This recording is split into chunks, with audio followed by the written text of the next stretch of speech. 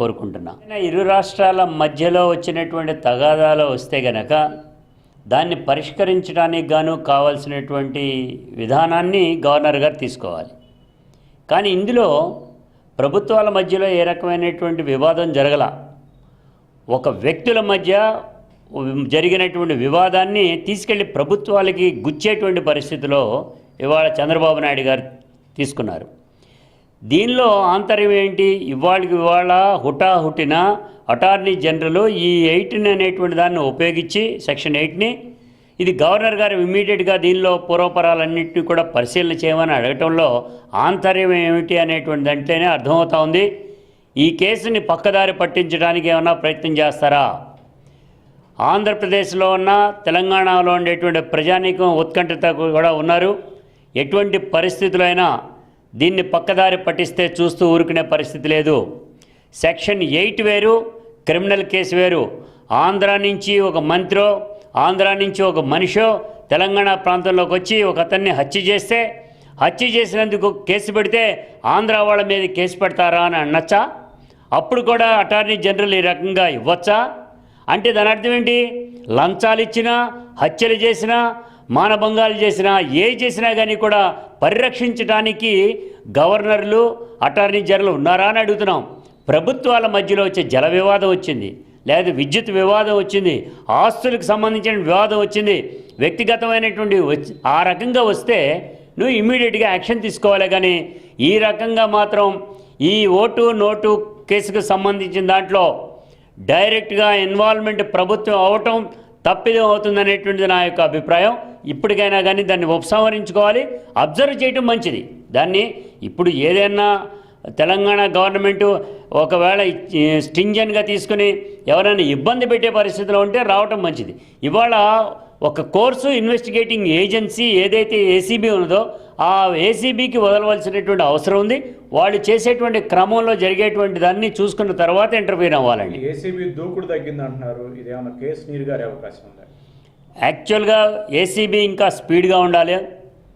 Already footages ఉన్నాయి, డైరెక్ట్గా కనపడుతున్నాయి, అన్ని రకాల ఎవిడెన్స్లు కనబడుతున్నటువంటి సందర్భంలో డైరెక్ట్గా ముద్దాయిగా నోటీస్ ఇవ్వాల్సినటువంటి అవసరం ఉంది చంద్రబాబు నాయుడు గారికి. చంద్రబాబు నాయుడు గారికి ఇవాటి వరకు కూడా ఇవ్వకపోవడానికి ఇవన్నిటిని కూడా ల్యాబ్స్కి పంపించాం, వెరిఫికేషన్ చేస్తున్నారు అనేటువంటి మాటలు మాట్లాడుతున్నారు. కానీ త్వరితగతిని తెచ్చుకోవాల్సినటువంటి అవసరం ఉంది. చంద్రబాబు నాయుడు గారు ఇప్పటికే మాజీ డైరెక్టరు ఫారెన్సిక్ ల్యాబ్కి సంబంధించినటువంటి ఆయన్ని ప్రభుత్వ సలహాదారుడిగా కూడా వేసుకోవడం జరిగింది. అంటే ఈయన శిష్యులందరూ ఇతర ల్యాబ్స్లో కూడా పనిచేస్తూ ఉంటారు. కాబట్టి ఇక్కడ ఏ రకమైనటువంటి ఒపీనియన్ వచ్చినప్పటికీ కూడా భవిష్యత్తులో సెకండ్ ఒపీనియన్ కోరటానికి మాత్రమే ఇది ఈయన్ని తీసుకున్నారు అనేటువంటి కనపడతా ఉంది. ఏదైనా కొంత ప్రజల్లో మాత్రం అపోహ మాత్రం ఉన్నది.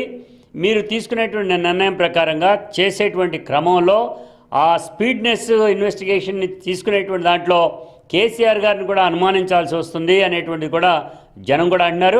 అందుకని దీన్ని మాఫీ చేయడానికి ఏదైతే కేసు పెట్టడం జరిగిందో దాన్ని finalise within no time చేయడం మంచిది అనేటువంటిది నాకున్న అభిప్రాయం. సండ్ర వెంకటవీర కోసం తెలంగాణ పోలీసులు కాపుగా అన్ని రకాల వేట సాగిస్తుంటే విజయవాడలో, రాజమండ్రిలో ఇలాంటి ప్రదేశాలు ఉంటాం ఎంతవరకు సబబు? చట్ట ప్రకారం నేరగాళ్లుగా నమోదు కాబడినటువంటి అభియోగం మోపబడినటువంటి నేరగాళ్లకి ఆశ్రయం కల్పిస్తే వాళ్ళు కూడా నేరగాళ్లే అవుతారు. ఐపీసీ సెక్షన్ 212 కింద ఎటువంటి పరిస్థితుల్లో ఇది వాళ్ళకి అట్రాక్ట్ అవుతుంది. ఏదైతే సండ్ర వెంకట వీరయ్య గారిని మంత్రి ఉమా గారు దాచారనేటువంటిది, అదేవిధంగా మత్తయ్య గారిని బోండా ఉమా దాచాడనేటువంటిది విజయవాడ నగరంలో హల్చల్ చేస్తూ ఉంది. అంటే ఇవన్నీ కూడా ఏంటి? తెలంగాణలో జరిగినటువంటి ఇన్సిడెంట్కి సంబంధించి ఆంధ్రాలో పరిరక్షించాల్సినటువంటి అవసరం లేదు.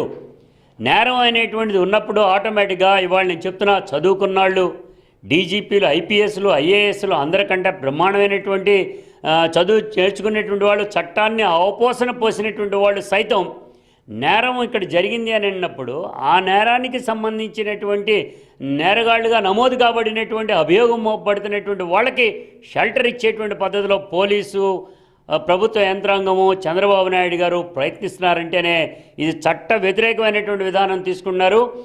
ఐపీసీ సెక్షన్ 112 కింద ఎటువంటి పరిస్థితుల్లో వాళ్ళందరూ కూడా ముద్దాయిలు అవుతారు. తస్మాత్ జాగ్రత్త.